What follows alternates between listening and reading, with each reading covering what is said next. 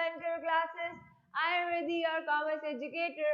आज हम पढ़ रहे थे हमारा चैप्टर फाइनेंशियल मैनेजमेंट। तो इम्पोर्टेंट बातें हम स्टार्ट कर चुके हैं। ग्रीन बुक की सारी बातें हम कवर करने वाले हैं। And most important chapter we have started, that is financial management. तो फाइनेंशियल मैनेजमेंट की बेसिक बातें हमने कर ली कि फाइनेंशियल मैनेजमेंट क्या होता है, क्यों होता है, इसमें किन किन डिसीजंस को लेना है। ये हमने सीखा कि 3 टाइप्स ऑफ डिसीजंस लेने पड़ते हैं, financial decision, investment decision and dividend decision.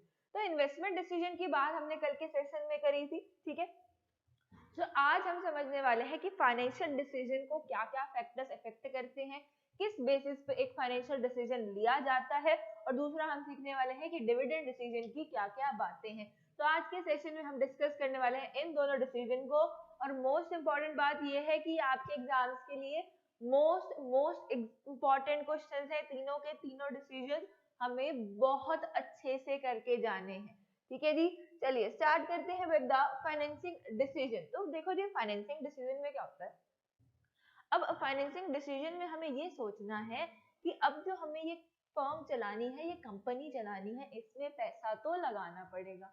अब उस पैसे को लाया कहाँ से जाए, ये सारी जो सोच है इसको बोला जाता है क्या, financing decision. The decision is about the quantum of finance to be raised from various long term sources and short term sources and selecting the cheapest one. तो इस बात को समझना कि आज के लिए कौन सा बेस्ट सोर्स रहेगा फाइनेंस अरेंज करने का। शॉर्ट टर्म मुझे अरेंज करना है, लॉन्ग टर्म मुझे अरेंज करना है, कहाँ से करना है, और सबसे सस्ता कौन सा पड़ेगा, दैट इज फाइनेंसिंग डिसीजन, ठीक। चलिए, financing decision involve decision related to portion of ownership and borrowed funds.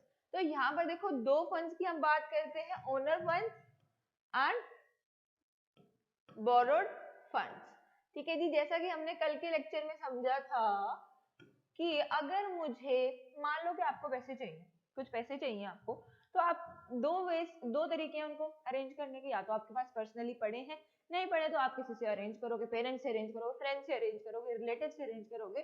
तो दो ऑप्शन है आपके पास पैसे लगाने के, या तो आप अपने पैसे निकालो ओनर्स फंड, या फिर आप किसी से उधार लो, दैट इज बोरोड फंड्स, ठीक है। तो यहाँ पर हमें समझना है फाइनेंसिंग डिसीजन में, फाइनेंशियल डिसीजन में, कि मैं उधार पे लूं या फिर ओनर्स फंड इशू करूं, इक्विटी शेयर इशू करूं। ओनर्स फंड का मतलब यहाँ पे डिपिक्ट करता है इक्विटी, एंड बोरोड फंड का मतलब यहाँ पे डिपिक्ट करेगा क्या, यहाँ पे डिपिक्ट करना चाह रहा है डिबेंचर्स, ठीक है। अब यहाँ पर यही कंफ्यूजन है इन भैया को, इन अंकल को, कि ये इक्विटी इशू करें या ये इशू करें डिबेंचर।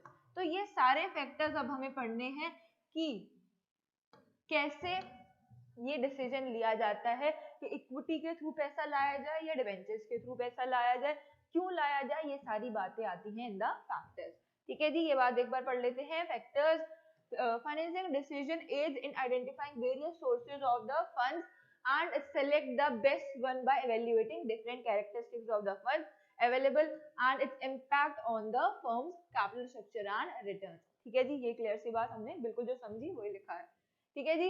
अभी देखो डेट और इक्विटी की अगर थोड़ी सी बातें कर ले तो क्या होता है, डेट में फाइनेंशियल रिस्क होता है। देखो डिबेंचर्स में क्या होता है कि डिबेंचर्स में एक इंटरेस्ट पेमेंट जो होती है फिक्स्ड होती है कि इतना इंटरेस्ट आपको देना ही देना है और इतने टाइम बाद देना ही देना है, ठीक है जी।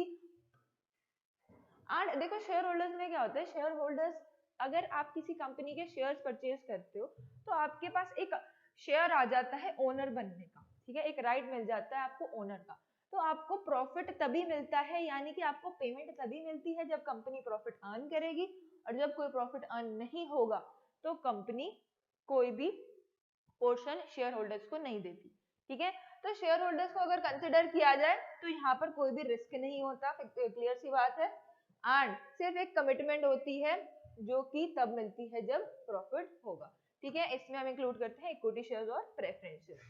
चलिए let's come to the most important part, that is factors affecting financing decision. अब अगर मुझे इक्विटी इशू करना है या फिर डिबेंचर्स लेने हैं, दोनों का डिसीजन मैं किस बेसिस पर लूंगी, तो पहली बात वो है कि कॉस्ट, ठीक है। सबसे पहले बात मुझे ये सोचना पड़ेगा कि कॉस्ट क्या लग रही है, मुझे ज्यादा खर्चा कहाँ पे पड़ रहा है, खर्चा कहाँ पे पड़ रहा है, शेयर इश्यू करने में पड़ रहा होगा तो मैं वो नहीं लूंगी, जिसमें खर्चा ज्यादा होगा वो मैं नहीं परचेज करूंगी, ठीक है। या फिर मैं देखूंगी कि रिस्क किसमें ज्यादा है।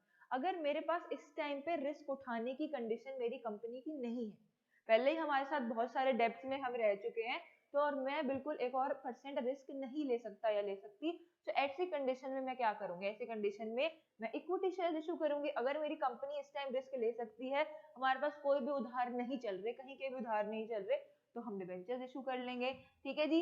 Each source of finance has different degrees of risk, for example borrowed funds have high financial risk as compared to equity share capital.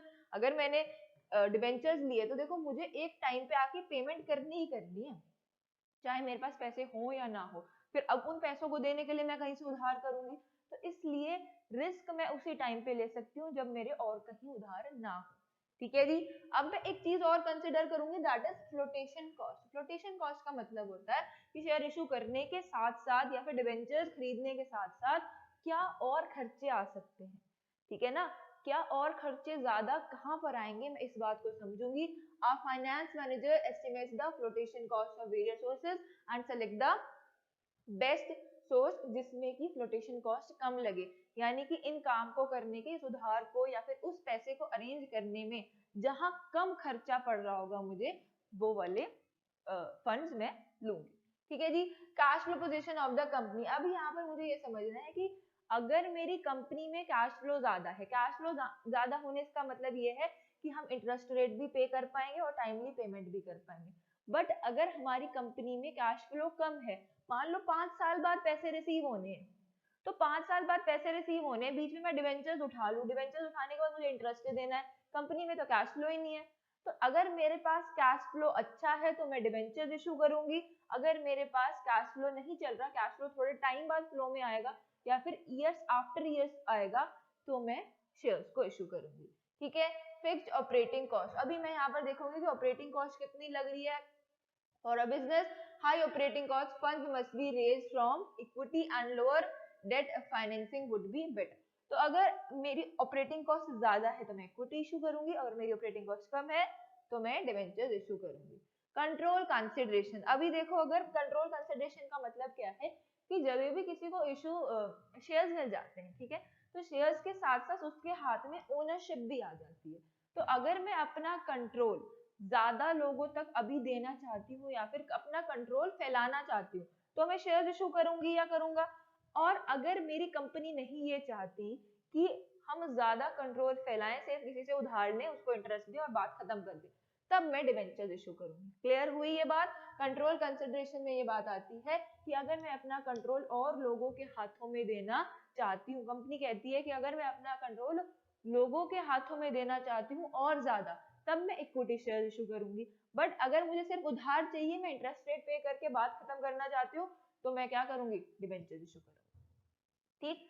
अब नेक्स्ट आता है हमारे पास स्टेट ऑफ कैपिटल मार्केट। अब देखो कैपिटल मार्केट ना कभी तो बुलिश होती है और कभी होती है बेरिश। बुलिश का मतलब है कि बूम चल रहा है, तो अगर अभी हमने न्यूज चैनल देखे हैं तो उसमें लिखा होता है कि आज मार्केट बुलिश है, आज मार्केट बियरिश है, तो इस बात को भी मुझे समझना पड़ेगा कि जिस टाइम पर मार्केट बुलिश होगी, जिस टाइम पर मार्केट बुलिश होगी तब मैं इशू करूंगी शेयर्स, ठीक है जी, जब मैं इशू करूंगी शेयर्स, और जब मार्केट में बियरिश होगा तब आई विल इशू डिबेंचर्स, ठीक है, क्योंकि शेयर्स की वैल्यू किसी भी टाइम डाउन जा सकती है और बियरिश कंडीशन में, तो इसीलिए इस टाइम पर मुझे इशू करने पड़ेंगे डिबेंचर्स। मैं डिबेंचर्स के थ्रू पैसे अरेंज करूंगी। कैपिटल मार्केट की कंडीशन देख कर भी हमें डिसीजन लेना पड़ता है, ठीक है जी, ये बात हमें क्लियर होती है। इतनी बातें फाइनेंसिंग डिसीजन की हमें यहाँ पर समझ आए, इंपॉर्टेंट बातें हमने समझ ली। Let's come to the dividend decision. तो डिविडेंड डिसीजन में ये सोचा जाता है कि कितना डिविडेंड दें, क्यों दें और कितना कम दें, और उसके रीजंस क्या है, क्या क्या फैक्टर्स की वजह से हमें डिविडेंड इस बार कम देना पड़ेगा और कितना डिविडेंड हमें ज्यादा देना पड़ेगा, क्यों देना पड़ेगा, ये सारी बातें हम डिविडेंड डिसीजन में पढ़ते हैं। Dividend is that part of profit which has to be distributed among shareholders of the company। तो डिविडेंड का मतलब हमें क्लियर है। डिविडेंड का मतलब होता है कि जब प्रॉफिट अर्न होता है तो उस प्रॉफिट का कुछ हिस्सा सारे शेयर होल्डर्स में बांट दिया जाता है, that is known as dividend. तो यहाँ पर बात की जा रही है कि अगर मुझे डिविडेंड डिस्ट्रीब्यूट करना है, उसके रिगार्डिंग जो डिसीजंस हैं वो हम पढ़ना स्टार्ट करते हैं। This decision relates to distribution of dividend among various groups. In this decision it must be decided that if all the profits are to be dispersed. यहाँ पर मुझे ये भी सोचना है कि क्या मुझे सारा प्रॉफिट ही बांट देना है, या फिर whether all the earnings will be retained in the business, या फिर मैं सारी की सारी अर्निंग्स को रिटेन करूंगी यानी कि सेव कर लेंगे हम एक, बट किसी को डिवाइड नहीं करेंगे, बाद में फ्यूचर में उसका यूज करने वाले, या फिर मैं ये डिसाइड करूंगी कि कुछ हिस्सा मैं प्रॉफिट का डिविडेंड बांट देती हूँ और कुछ का मैं रिटेन अर्निंग कर लेती हूँ। तो ये डिसीजन सबसे पहले मैटर करेगा, उसके बाद डिविडेंड के डिसीजन फर्दर लिए जाएंगे। ठीक है जी, चलिए let's come to the factors. अब देखो फैक्टर्स में क्या होता है, सबसे पहली बात क्या है, अर्निंग्स। सबसे पहली बात तो अर्निंग्स है, जितना ज्यादा कंपनी कमाएगी उतना ज्यादा डिविडेंड आएगा। क्लियर, ठीक है, इजी था। Companies having high and stable earnings would declare high rate of dividend. ठीक, कोई डाउट नहीं है। Stability of dividend, companies generally follow policy of stable dividend. The dividend per share is not altered and changed in case of earnings change by small portion और increase in earning by temporary in nature. तो यहाँ पे कहा जा रहा है कि कभी कभी कंपनी ना डिसाइड कर लेती है कि हम एक स्टेबल यानी कि एक फिक्स डिविडेंड हर साल आपको देंगे, छोटी मोटी गिरावट या फिर छोटे मोटे इंक्रीमेंट की वजह से उसको चेंज नहीं किया जाएगा। कभी कभी थोड़ा ज्यादा प्रॉफिट हो गया, कभी कभी थोड़ा कम प्रॉफिट हो गया, बट कंपनी उतना का उतना डिविडेंड देगी। तो ये स्टेबिलिटी भी हमें देखनी पड़ेगी कि हमने अगर कंपनी ने स्टेबिलिटी बना रखी है तो उसके अकॉर्डिंग डिविडेंड दिया जाएगा। ठीक है जी, ग्रोथ प्रोस्पेक्ट्स। अब ग्रोथ प्रोस्पेक्ट्स का मतलब है कि कंपनी को अगर आगे दिख रहा है कि ग्रोथ होने वाली है, जब ग्रोथ होने वाली होगी तो कंपनी सोचेगी थोड़ा सा पैसा सेव कर लेती हूँ, थोड़ा सा डिस्ट्रीब्यूट कर देती हूँ, क्योंकि अगर ग्रोथ आगे होने वाली है तो ये पैसा काम आने वाला, इन्वेस्ट करेंगे। अगर कंपनी को अभी कोई ग्रोथ दिख ही नहीं रही तो कंपनी उस टाइम पे अपना सारा प्रॉफिट बांट देगी और शेयर होल्डर्स को कहेगी चलो जी मजे करो। ठीक है, चलिए ग्रोथ प्रोस्पेक्ट्स हमें समझ आया। Let's come to another part, that is cash flow position. Cash flow position अगर अच्छी है तो डिविडेंड ज्यादा है, कैश फ्लो पोजीशन अगर कम है तो डिविडेंड कम है। ठीक है, प्रेफरेंस ऑफ शेयर होल्डर्स। अभी क्या होता है कि कुछ शेयर होल्डर्स चाहते हैं कि हमें रेगुलर इनकम मिलती रहे, ठीक है, और कुछ शेयर होल्डर्स चाहते हैं कि बहुत सालों बाद जो है डिविडेंड जुड़ जाए और मुझे बहुत बहुत सारा पैसा मिले। तो यहाँ पर ये भी देखना पड़ेगा कि कंपनी के शेयर होल्डर्स किस टाइप के हैं, उनका डिसीजन क्या है, मेजॉरिटी क्या चाहती है, ये सारी बातों पे भी डिपेंड करेगा डिविडेंड ज्यादा देना है या कम देना है, कितना देना है, कैसे देना है। ठीक है, टैक्सेशन पॉलिसी। अब टैक्सेशन पॉलिसी में क्या होता है कि जो डिविडेंड है जिस पर्सन के पास जाता है उसके हाथ में तो वो टैक्सेबल नहीं होता, बट क्या होता है कि कंपनी को टैक्स देना पड़ता है डिविडेंड देने के लिए। अगर टैक्स रेट ज्यादा है तो डिविडेंड कम होगा, टैक्स रेट कम है तो डिविडेंड ज्यादा होगा। ठीक है, क्लियर है ये बात, एक बार लिख लेते हैं। चलिए देखो, अगर टैक्स रेट जो है, रेट अगर ज्यादा है तो डिविडेंड उस कंडीशन में कम होगा, रेट अगर कम है तो डिविडेंड उस कंडीशन में ज्यादा होगा। क्लियर है, टैक्स रेट, आर का मतलब है tax rate. Next is issue of bonus share.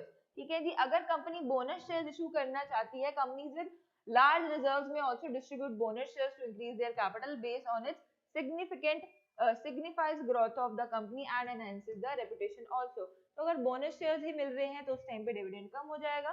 ठीक है, नेक्स्ट इज लीगल कंस्ट्रेंट। अगर लीगल कंस्ट्रेंट कोई लगाया गया है कि कंपनी सिर्फ इतना ही डिविडेंड दे सकती है तो कंपनी उससे ज्यादा डिविडेंड नहीं पे कर सकती, अगर लीगली ये बात बोली गई होगी तो। ठीक है जी, अगर कंपनी लॉज ने कोई प्रोविजन निकाला है कि इससे ज्यादा डिविडेंड देखो आप नहीं दे सकते, तो उससे ज्यादा डिविडेंड कहाँ से देंगे। ठीक है, the limits of capacity of company to be to declare dividend. अगर कोई लिमिट्स प्रोवाइड किए गए हैं तो उस लिमिट्स के अकॉर्डिंग ही काम किया जाएगा।